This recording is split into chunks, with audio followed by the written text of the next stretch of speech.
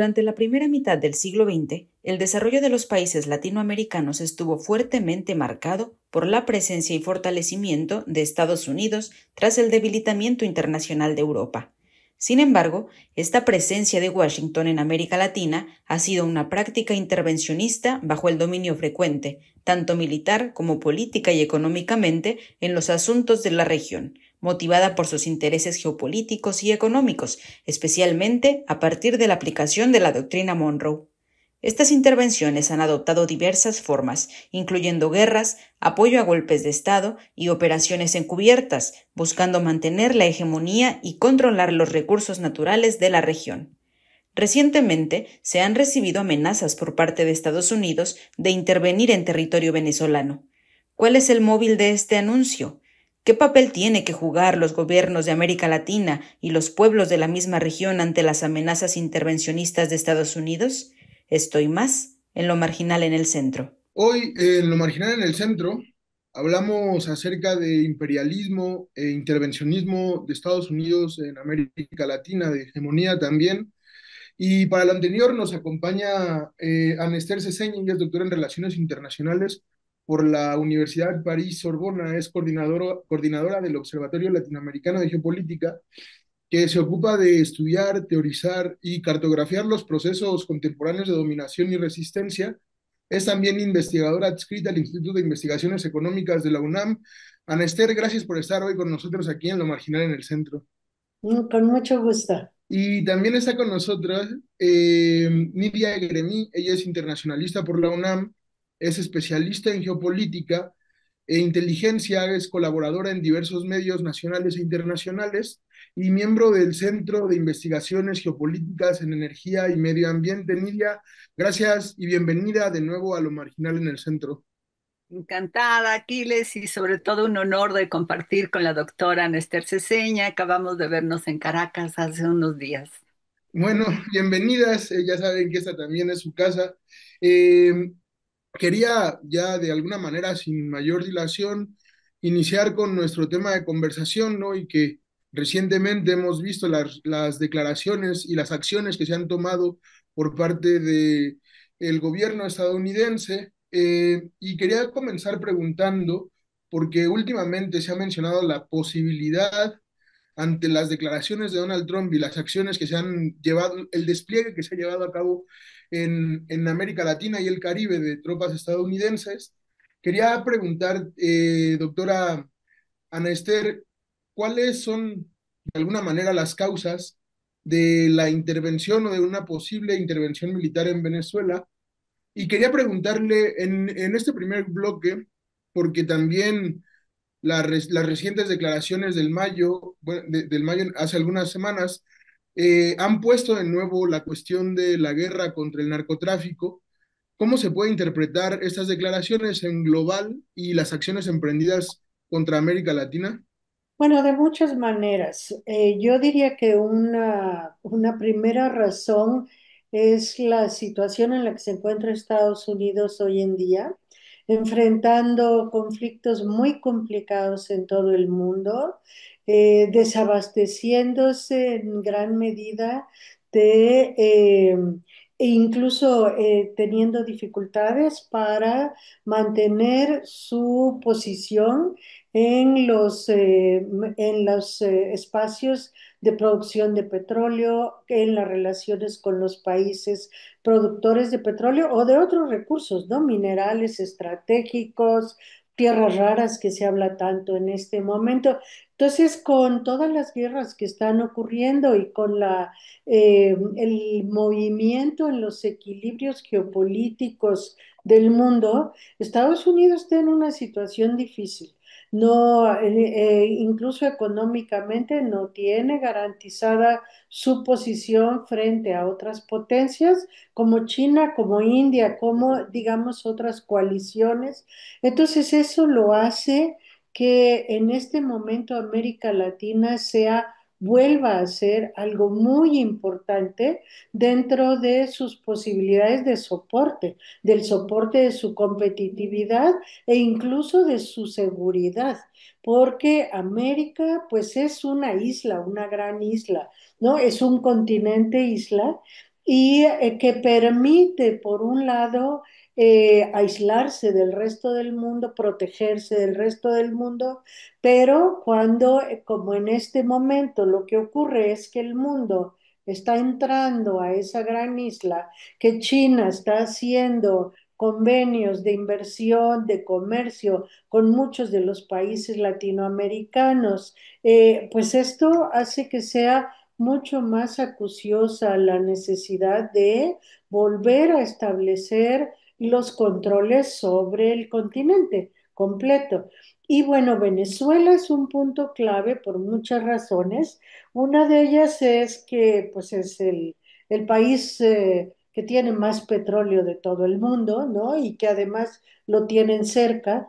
Pero también es que es un país indisciplinado, es un país que de algún modo para ellos representa la puerta por donde están entrando estos otros competidores. Entonces se siente pues necesitado de recolocarse ahí. Ahora, la manera como se está recolocando, digamos, este despliegue de fuerzas militares ya no es solamente para Venezuela, desde mi punto de vista. O sea, lo que está queriendo es también mostrar que son capaces de movilizar su fuerza bélica, que tienen potencia bélica, pero pues desafortunadamente para ellos el mundo está leyendo muy bien que en otras regiones no han podido hacer lo mismo, que han perdido fuerza en el terreno bélico, que se han retrasado tecnológicamente en ese terreno, que no tienen suficiente abasto de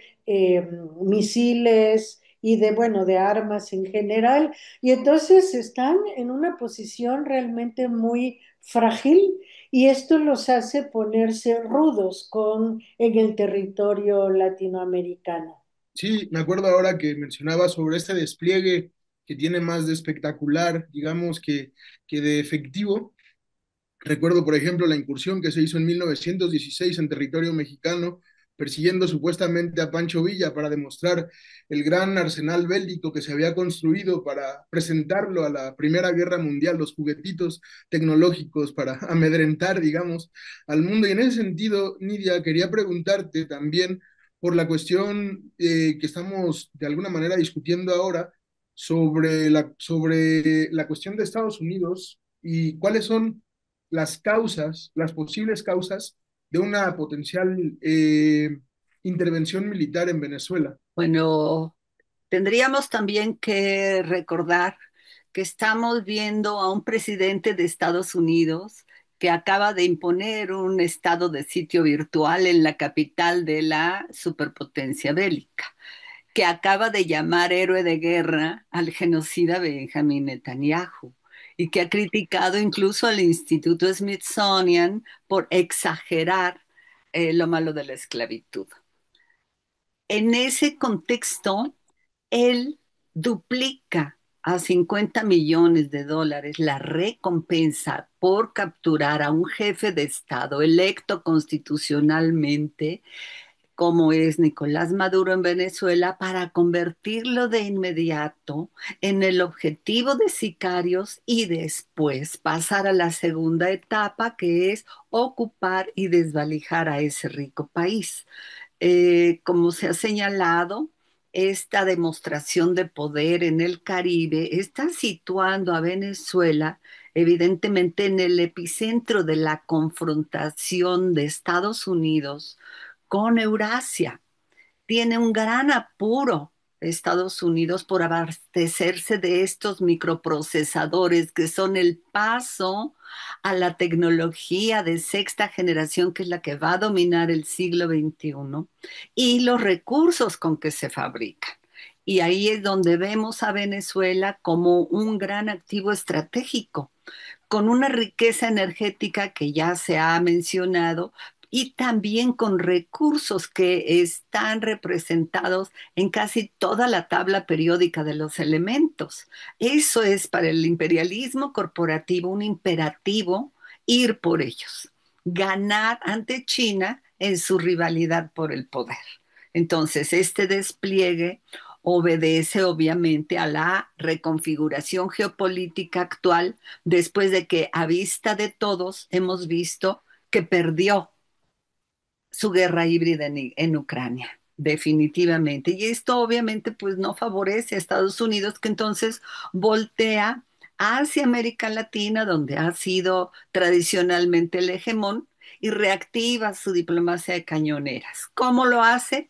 Con la coartada del narcotráfico, que siempre le sirvió para mostrar el músculo, para ejercer toda la influencia, todo el poder, y en realidad lo hace para posicionarse con un nuevo frente de batalla para su saqueo y el golpismo, por supuesto, contra la autodeterminación de nuestra América. No olvidemos también un elemento que se está pasando mucho, que Francia, que viene de esa Europa también absolutamente vulnerable, quebrada, se incorpora y envía buques de guerra a sus colonias, que ellos les llaman territorios de ultramar, como Guadalupe y Martinica, bajo la cubierta de esta cooperación internacional para desmantelar redes de tráfico del narcotráfico. Y concluyo recordando lo que han insistido y reiterado desde la República Bolivariana de Venezuela, en el sentido de que las famosas mafias que les llaman en Estados Unidos sus cárteles, de el Tren de Aragua y el Cártel de los Soles, son redes delictivas que ellos mismos crearon, que creó el imperialismo para socavar la gobernabilidad en zonas de nuestros países muy localizadas, y en este caso entre Colombia y Venezuela. Y al final, pues que le servían para traficar esas drogas hacia Europa y América Latina. Pero en realidad concluiría diciendo que en el Caribe no estamos viendo ninguna operación antidroga, sino una jugada geopolítica que es para influir en la región, presionar al gobierno del presidente Maduro, apretar el cerco militar contra Cuba y al final ampliar ese marco legal que ha convertido a las mafias en terroristas y al ejército de Estados Unidos, pasar de lo militar a la persecución criminal. Sí, en esta segunda parte creo que ha salido un tema bastante interesante, que es precisamente la guerra contra el narco, que ha sido utilizada como una narrativa, digamos, de intervención. Y quería preguntar, doctora Anester, ¿qué es la guerra contra el narcotráfico y cómo ha funcionado históricamente en ese sentido? A ver, pues podríamos decir que en los últimos tiempos el narcotráfico o los cárteles que lo impulsan, pues se han extendido a toda la región, pero no solamente de América, ¿no? Están, como yo diría que están en todas partes del mundo realmente. De manera que no es un fenómeno ni local ni preciso, sino es algo mucho más extendido que por supuesto tiene nodos muy importantes en algunas posiciones. ¿A qué le han llamado la guerra contra el narco? Porque lo que decía Nidia es algo muy importante, y es que en realidad esta famosa lucha contra el narcotráfico, un poco como lo que ahora están anunciando en el Caribe, pues no se ha ocupado del narcotráfico, se está ocupando de otras cosas, o sea, es una amenaza política territorial, ¿no? Contra gobiernos que no son de su agrado. Entonces, esa no es la guerra contra el narco. La guerra contra el narco ha consistido en introducir una dinámica militarista en todos los lugares donde hay actividad de venta de drogas, ¿no? De venta, de producción, de lo que sea. Una dinámica militarista que, por cierto, no solamente ha afectado a los cárteles o a la población que está ligada al narcotráfico, sino a la población en general. Nosotros tenemos ejemplos por todos lados en América de cómo en Colombia, por ejemplo, se llegó a unos extremos bárbaros de militarización, paramilitarización, crímenes espantosos que se hacían bajo la bandera de combate contra el narcotráfico, ¿no? Contra el terrorismo y el narcotráfico, se decía, hoy los han unido y son una misma cosa, ¿no? El que es narcotraficante es terrorista y un gobierno se acusa de terrorista y narcoestado al mismo tiempo. Entonces, bueno, estas dos cosas se han convertido en el equivalente al comunismo de otros tiempos, ¿no? Pero ahí están. Entonces, esta guerra contra el narco lo que ha hecho es que ha permitido extender redes militaristas en todo el continente. Lo que está pasando en México es algo que se está repitiendo poco a poco también, porque pues es un proceso que va creciendo poco a poco. Se está repitiendo en Ecuador. En Ecuador están ocurriendo cosas. Un país que es completamente, pues yo diría tranquilo, hasta hace poco era un país de lo más tranquilo, de lo más seguro, ¿no? Eh, y que ahora está atravesado por crímenes por todos lados, la gente se muere de miedo de salir a la calle. Todo eso es al mismo tiempo provocado por la militarización y justificante de más militarización. Como está pasando esto, necesitamos militarizar más. Y entonces vienen más armas, vienen más soldados, viene más edificación militarista y bueno, eso lo que hace es establecer una presencia opresora en todos nuestros territorios que lo que permite es justo controlar los territorios, las poblaciones, las actividades productivas o no productivas que hay en estos territorios, digamos, marcar las pautas de la vida, incluso de la vida cotidiana en toda esta región. Y a eso es a lo que se le ha llamado guerra contra el narco. El mejor ejemplo es lo que hizo el presidente Calderón en México, que hizo un desastre porque convirtió a México en un campo de batalla. Y eso mismo está ocurriendo a lo largo de América, pues ahí donde se va pudiendo, porque en algunos lugares hay más resistencia y no han podido pasar, pero es más o menos eso lo que implica la guerra contra el narco. Sí, me parece bastante elocuente, sobre todo pensando en las más de 200.000 víctimas que dejó en el territorio mexicano la llamada guerra contra el narco, que además, de alguna manera, además de dañar el tejido social, contribuyó a la presencia de más violencia y la violencia como acumulación y despojo capitalista que fue de alguna manera también funcionando bajo esta dinámica en distintos territorios. Creo que hoy la violencia se ha apoderado. Hablando de México específicamente, pienso en lo que pasa en Guerrero, lo que pasa en Michoacán, en donde la violencia es la vida cotidiana, la dinámica, y justo después de este proceso de militarización, que creo que sí vale la pena denunciarlo para evitar caer en este discurso de que la militarización por sí misma resuelve los problemas y que la guerra contra el narco va a librar a Estados Unidos y a México y a toda América Latina del consumo, la distribución y las adicciones de drogas en la gente. Pero me parece muy, muy interesante que se ponga desde ese punto de vista. Y te quería preguntar, Nidia, también por algo que habías mencionado en tu intervención anterior y creo que es importante también destacarlo, que es de alguna manera una alianza en las élites conservadoras en América Latina para exigir o pedir, solicitar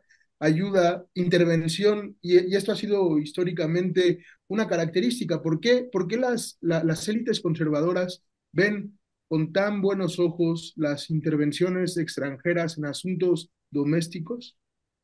Pero yo me remontaría a la historia porque precisamente ha sido el imperialismo estadounidense el primero en proteger todos los privilegios de estas élites, de estas oligarquías, que al ponerlas, por supuesto, de su lado, encubren toda esta campaña de saqueo, de expoliación neocolonial, neoliberal y sin chistar, porque les toca alguna tajada.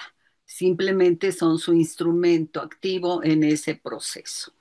Y evidentemente, si regresamos al tema de la fallida o falsa, la falacia de combate a las drogas, pues ahí vemos que precisamente ha sido órganos de inteligencia de Estados Unidos los que han identificado los vectores por donde realmente fluye estas sustancias ilícitas que se producen en Sudamérica y que los medios occidentales y corporativos en nuestra propia América han ocultado esa información para persistir en esa campaña de miedo y desconfianza que señalaba también la doctora Ceseña, que en realidad lo que está buscando es romper en este momento, pues el que nos consta que es un fuerte vínculo entre los venezolanos y su gobierno,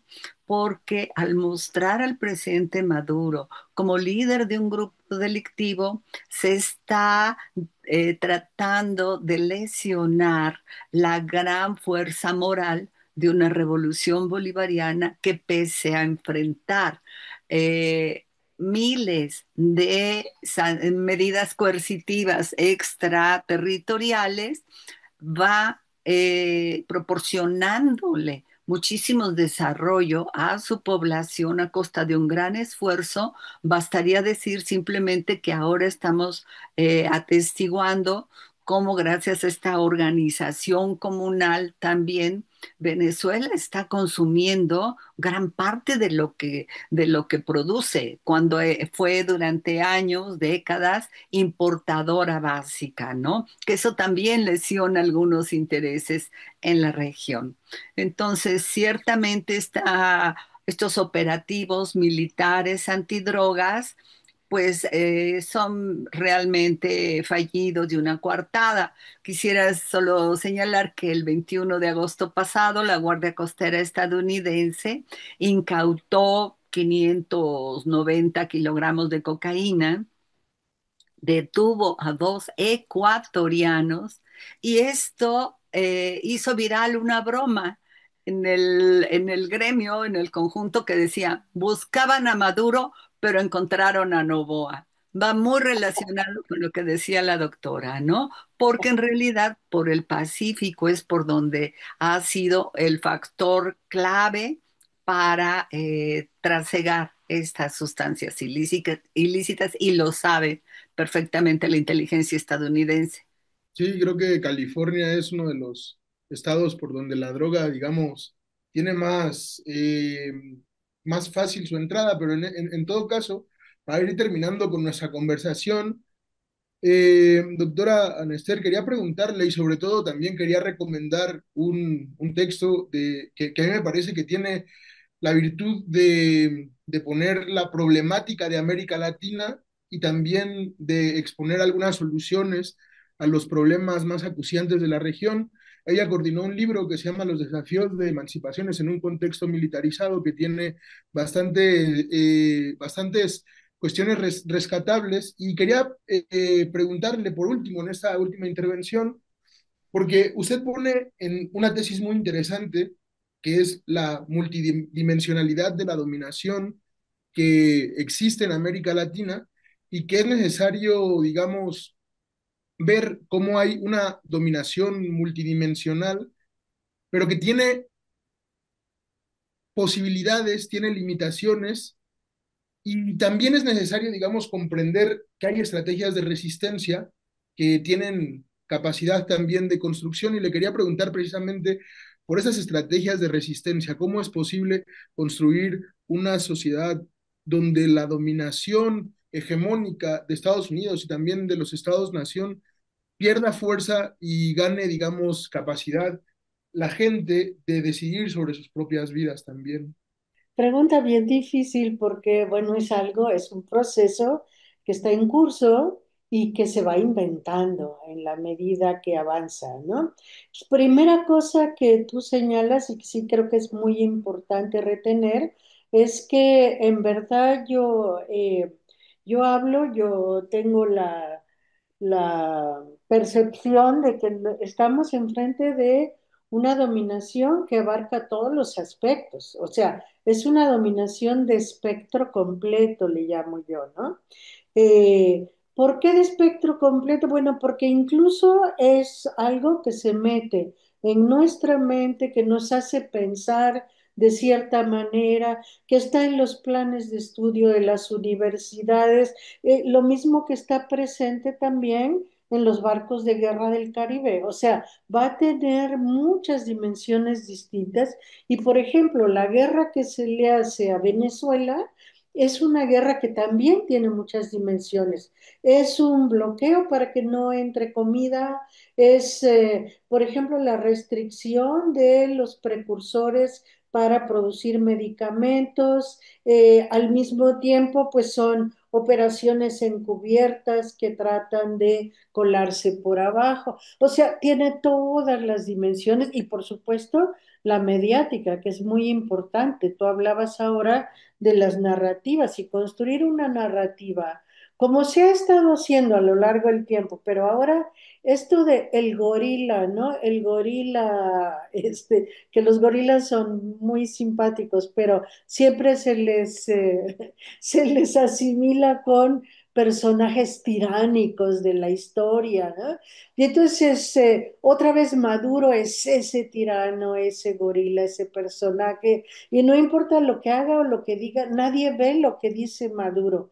Todo el mundo escucha lo que dicen de Maduro. Y ahí, a partir de ahí se justifica la intervención, se justifica las acciones de la derecha, esto que tú decías de las élites llamando a intervenciones extranjeras, cosa que me parece una barbaridad, ¿no? ¿Cómo es que uno llama a que otro invada su propio país? ¿No? Bueno, barbaridades como esa tienen que ver con todo este entramado de dominación que se va construyendo poco a poco. No es que lo pusieron ahí de un día para el otro, ahí está. Y nuestras cabezas forman parte de eso y ahí tenemos que tener mucho cuidado.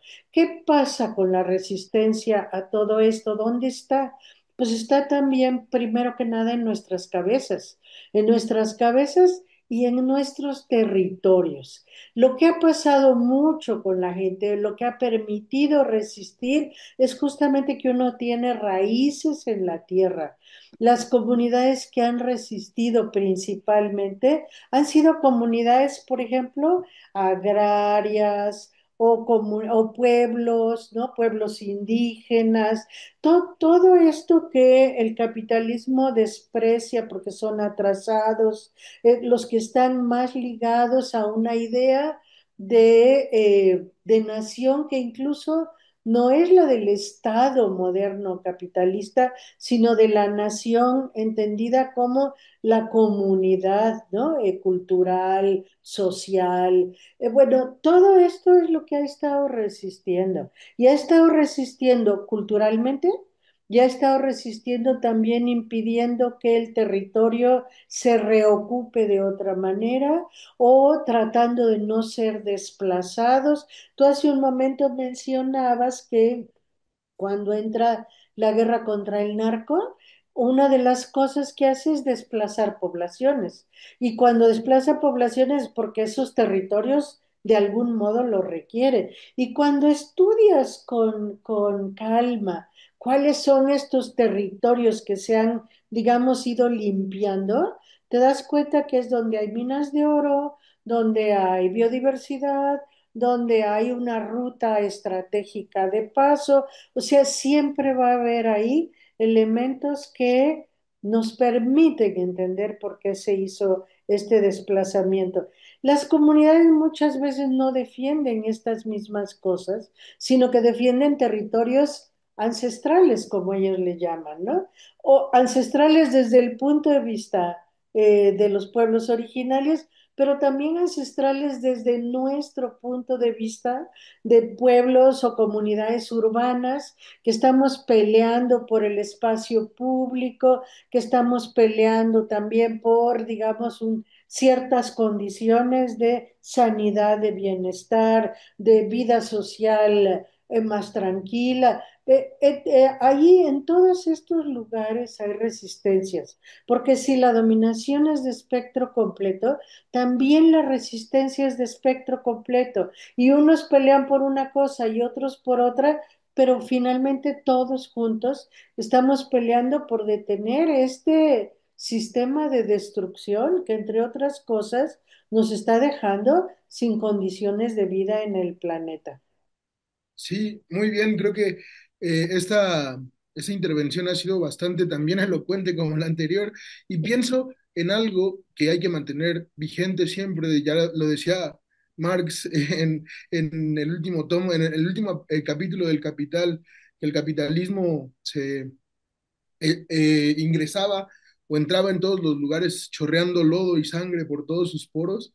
Creo que ha sido una explicación bastante vigente de cómo ahí donde entró la guerra contra el narcotráfico y desplazó comunidades, oh sorpresa, había minas, había diversidad, había una necesidad que el capital tenía, digamos, que ocupar.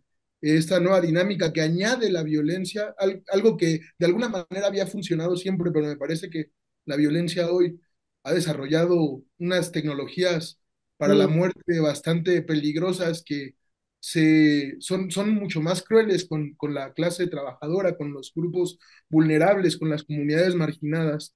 Y en ese sentido, Nidia, también quería preguntarte, porque en un artículo reciente que también publicaste en la revista Abusos de la Noticia, que estuve leyendo para preparar esta entrevista, tú mencionabas algo que me parece, y desde luego también recomiendo su lectura, tú mencionabas algo muy importante que era precisamente que una de las estrategias para la resistencia tenía que ser una resistencia desde abajo, desde la clase trabajadora. ¿Cómo es posible que esto pueda organizarse de alguna manera? ¿Qué deben hacer los pueblos? ¿Qué pueden hacer los pueblos ante esta andanada imperial de Estados Unidos?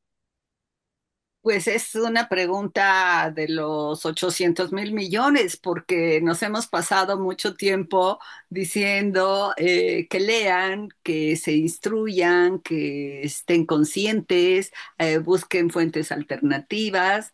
Pero bueno, yo ahora me limitaría a recordar que tanto la guerra de quinta y sexta generación, su objetivo básico es dominar con percepciones la mente y las emociones, el razonamiento, los sentimientos. Entonces, de ahí vemos estas campañas de lo que llama muy atinadamente la doctora Ceseña esta dominación multidimensional, pero desentrañar, ¿no? Que lo hacen a través de la desinformación, de la seducción, porque también así se engaña desde los think tanks, desde voces semi-autorizadas de supuestos analistas, redes sociales, reportajes en medio y hasta películas de supuesto entretenimiento, ¿no?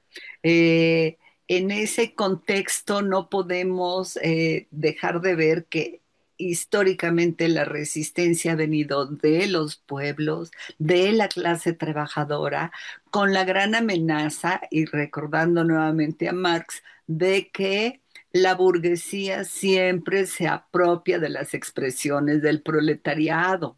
Entonces ahora gritan, venceremos, somos objeto de una guerra, cuando nosotros fuimos, digamos, como clase, los autores de ese concepto. Entonces, bueno, pues recordemos también que ahora es probable que esa derecha local en Venezuela, en nuestra América y en todo el planeta va a escalar esa violencia para cumplir su frustrada misión de socavar a los movimientos progresistas, a la revolución bolivariana en particular, con el único objetivo de satisfacer al actual huésped de la vivienda que está en el número 1660 de la Avenida Pensilvania y distraerlo para que lo siga financiando. Ante ese escenario, ¿qué queremos? Bueno, una resistencia que vamos a ir construyendo y cada vez afirmando de una manera muy asertiva, tanto en lo político, en lo intelectual. Por supuesto, sabemos que los adversarios son difíciles, pero tenemos enseñanzas muy enriquecedoras. Está en Cuba, está esa China que hace un siglo estaba en el medioevo y hoy es la segunda o primera economía mundial y tecnológica.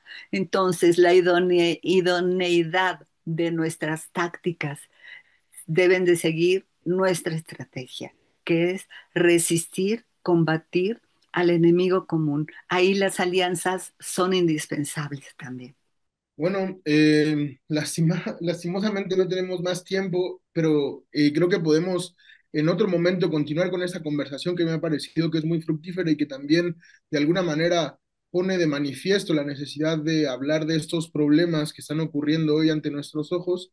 Agradezco mucho la presencia de la doctora Anester Ceseña, gracias por haber asistido a Lo Marginal en el Centro, y desde luego la presencia de Nidia Egremí.